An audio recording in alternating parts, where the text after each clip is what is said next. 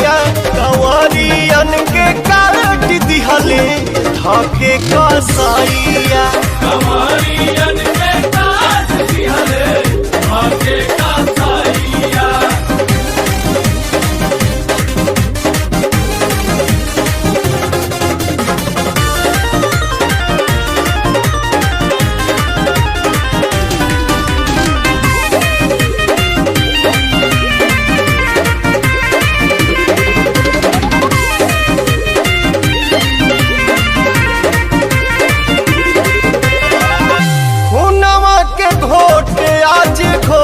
हिंदुस्तान हो तीरथ पकइल भइल मौत के समान हो।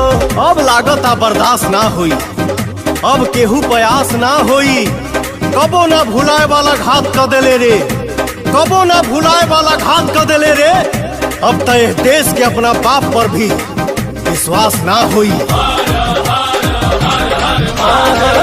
खुनावा के घोटे आज घोटे हिंदुस्तान हो तीरथ पकइल भइल मौत के समान हो। दिल चैलेंज तोहके घर के बुदाइया, दिल चैलेंज तोहके घर के बुदाइया कंवरियन के काट दिहले धके कसैया कंवरियन के काट दिहले धके कसैया।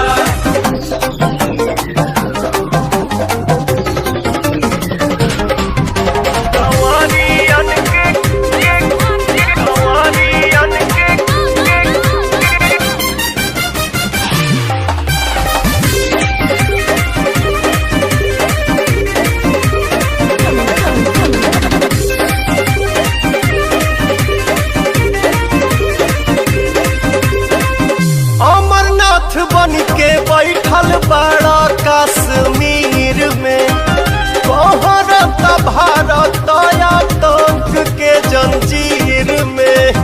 पीठ पछूड़ा मरले बड़े तोर गर्मी हम झाड़ दे, धर्म के नाम पर आग लगावे वाला तोर खूंटा उखाड़ दे। आस्तीन के सांप के दूध पियावे वाला अरे पाकिस्तान, आस्तीन के सांप के दूध पियावे वाला अरे पाकिस्तान। हलक में हाथ डाल के तोर करेजा हम फाड़ दे।